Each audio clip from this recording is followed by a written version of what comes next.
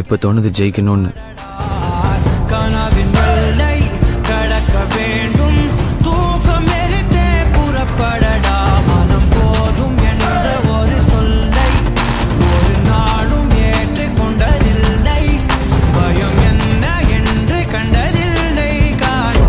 நானும் என் லைஃப்ல ஏதாவது பெருசா சாதிக்கணும் மச்சான். ஒரு வெற்றி என்பது கண் கூட.